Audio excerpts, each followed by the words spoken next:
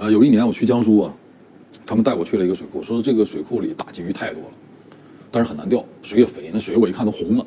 然后我们就开始钓鱼，钓了一会儿，发现我们就是没有口。说这个没有口，说怎么办呢？说这个说那得找原因了，就去看别人怎么钓。我就看到一个钓友，他钓的特别好，而且连杆，鲫鱼也非常漂亮，特别大。然后我就过去了，我离他还有一段距离的时候，我发现他用的是什么呢？用的是白饵。然后我接下来不跟他聊天嘛，我说这个大哥，我说你钓的真好，我说这个鱼，我说我们怎么钓不着，没口啊，我说你怎么钓的？然后他一句话，我突然之间就明白了。他说这里啊，长年累月的到鸡粪，它下面有一个很臭的一层这个泥呀，稀泥呀，然后呢说你这个饵啊稍微重一点，就掉那个泥里了，这鱼特别不爱吃。他说我用的这种白饵很轻，漂调的也高，然后呢我自己戳着小饵呢打频率，基本上是钓这个直线下摆的时候，这种像类似于离底接口，就是钓接口，它到了底下没有口。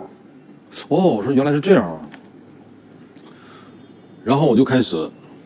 回去用我们自己的饵料，也是把它加入了很多白饵，把它这个比重调轻了，把漂饵也调整了，调的稍微高了那么2目，